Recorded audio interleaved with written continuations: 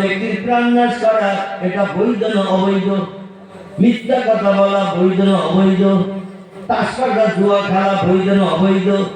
আল্লাহ এগুলো অবৈধ ঘোষণা করেছেন, আর কোরআনে কিছু বৈধ কাজের ঘোষণা করে দিয়েছেন।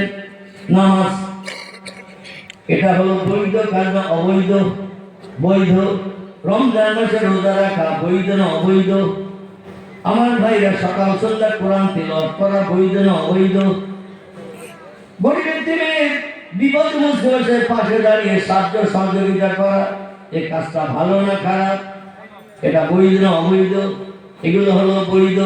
এই বৈধ কাজগুলো যদি আপনি আমি করি, আল্লাহ কোরআনে সূরা বাকারায় বলছেন, ইন্নাল্লাযীনা আমানু ওয়া আমিলুস সালিহাতি উলাইকা আসহাবুল জান্নাতি হুম ফিহা খালিদুন। জোরে বলুন আল্লাহু আকবার। আল্লাহ পাক কোরআনে তত্ত্ব কোট করে বলছে, ইন্নাল্লাযীনা আমানু, নিশ্চয়ই যারা আমি আল্লাহর না দেখে বিশ্বাস স্থাপন করেছে। তামাম পৃথিবীর সব সৃষ্টির একজন মালিক আছে না নাই?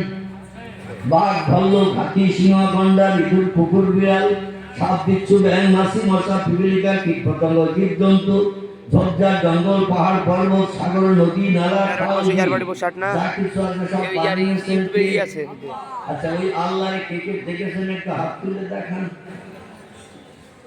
কেউ দেখেছেন? আল্লাহর কেউ দেখেছেন? একটু হুমার করবেন তো নাকি? দেখেননি। আচ্ছা, এই আল্লাহরে দেখিনি কিন্তু আল্লাহ আছে এটা বিশ্বাস করি না করি না? এরই আরবি নাম হলো ঈমান। ঈমান শব্দটি হলো আরবি ভাষা, বাংলা অর্থ হলো না দেখে বিশ্বাস করা।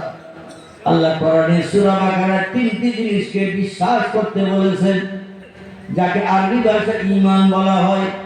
এই তিনটি জিনিস না দেখে যদি কোনো ব্যক্তি বিশ্বাস স্থাপন করে হৃদয়ে অন্তরে, আল্লাহ বলছেন সে আমার কাছে পাক্কা ঈমানদার হিসাবে বিবেচিত হলো। আর তার ঠিকানা কোথায় হবে শোনো, ইন্নাল্লাযীনা আমানু ওয়া আমিলুস সালিহাত।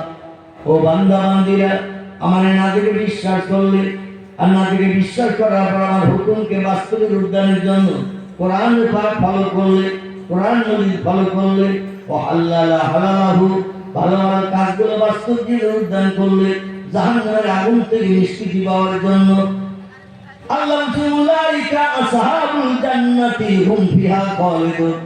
তারা হবে আর জান্নাতের অধিবাসী। হুম ফিহা খালিদুন, যুগ যুগ যুগ যুগ ধরে জান্নাতের ভিতরে তারা সুখ ভোগ করতে থাকবে।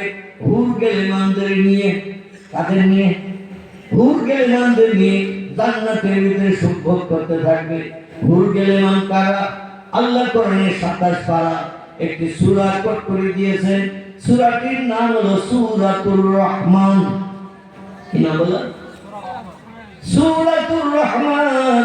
এই সূরা রহমান আল্লাহ বলছেন, কান্নাহুন্না ইয়াকুতু ওয়াল মারজান ফীহিন্না খায়রাতুন হিসান হুরুম মাকসুরাতুন ফিল খিয়াম।